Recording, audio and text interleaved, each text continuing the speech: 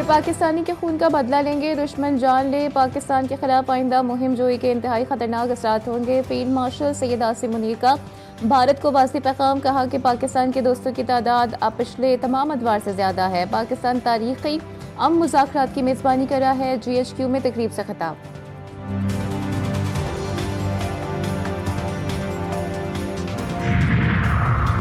مارکہ حق کی فتح کا 1 سال مکمل، جی ایچ کیو راولپنڈی میں مرکزی تقریب، فیلڈ مارشل سید عاصم منیر کی بطور مہمان خصوصی شرکت۔ Chief of the air staff air marshal Zaheer Ahmed Babar Sidhu اور chief of the naval staff admiral Naveed Ashraf بھی شریک ہوئے۔ یادگار شہدا پر حاضری دی، پھول رکھے، فوجی سربراہان کو سلامی بھی پیش کی گئی۔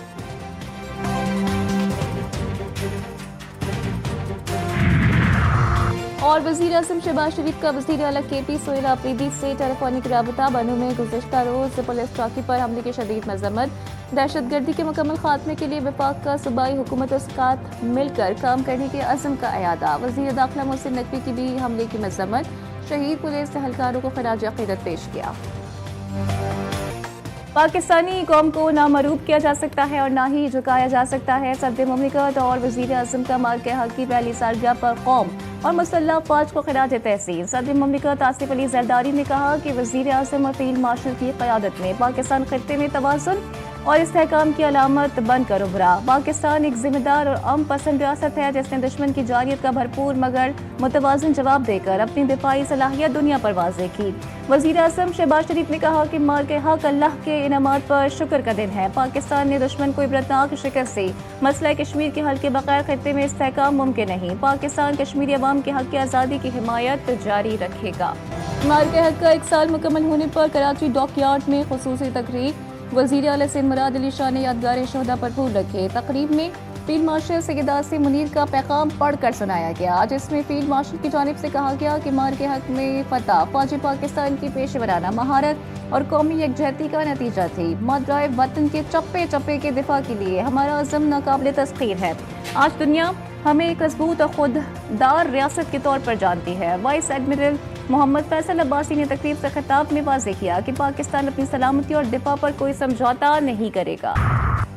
مارکہ حق کی شکست دشمن آج تک نہیں بھلا پا رہا۔ پاکستانی قوم نے بیانیے کی جنگ میں بھی اپنا لوہا منوایا۔ فیلڈ مارشل اور وزیر اعظم کی قیادت میں دشمن کو شکست سی۔ وزیر اطلاعات تطارر کہتے ہیں کہ 5th جنریشن وارفیئر کے تناظر میں انفارمیشن کی جہتیں تبدیل ہو چکی ہیں۔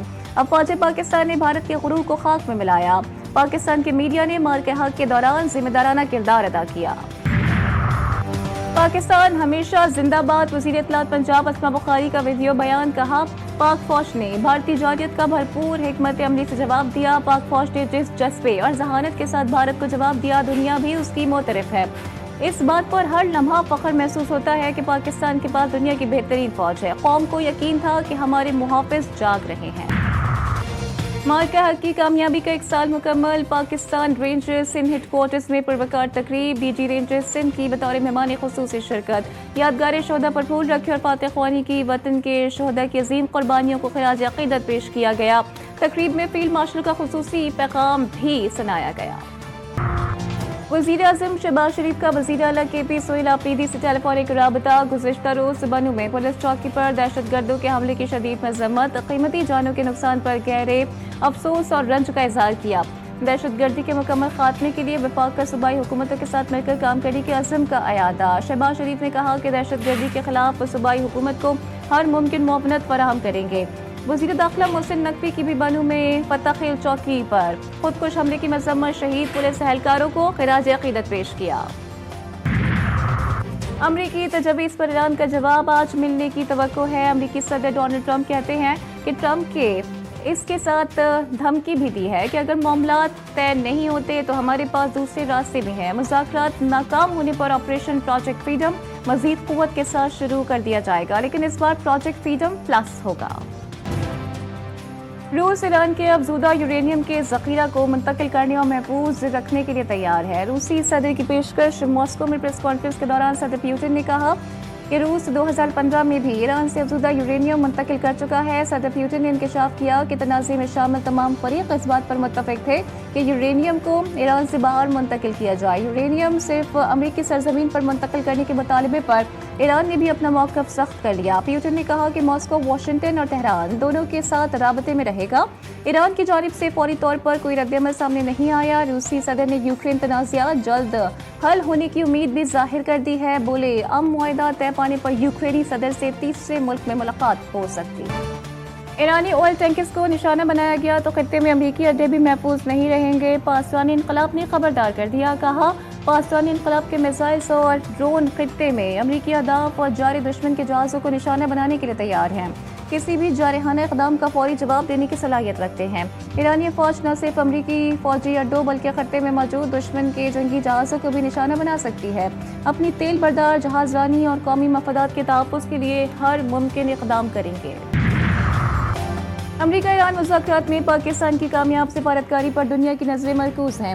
پاکستان عالمی سطح پر استحکام کا سبب بن رہا ہے۔ اقوام متحدہ میں پاکستان کے مستقل مندوب عاصم افتخار نے نیو یارک میں خصوصی گفتگو کرتے ہوئے کہا کہ عالمی سطح پر پاکستان کی بات توجہ سے سنی جا رہی ہے۔ مارکہ حق کے بعد ایک سال میں عالمی سطح پر پاکستان ابھر کر سامنے آیا ہے۔ شکارپور کے علاقے میان جگوٹ لنک روڈ پر باراتیوں کی بس کو حادثہ، بس کا ٹائر راڈ ٹوٹنے کے باعث حادثہ پیش آیا۔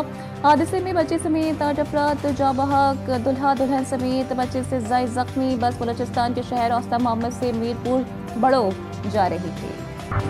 کراچی کے علاقے منگو پیر میں مبینہ پولیس تشدد سے شہری کی ہلاکت، 65 سالہ رمضان کی ہلاکت پر ورثہ اور علاقہ مکینوں کی لاش رکھ کر احتجاج۔ منگو پیر مین روڈ پر ٹریفک کی روانی متاثر، لواحقین کا کہنا ہے کہ سرچ آپریشن کے دوران پولیس نے گھر میں گھس کر تشدد کیا۔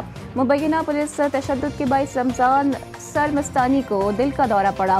ورثہ کا I G Sindh, D I G west اور ایس ایس پی ویسٹ سے انصاف کا مطالبہ۔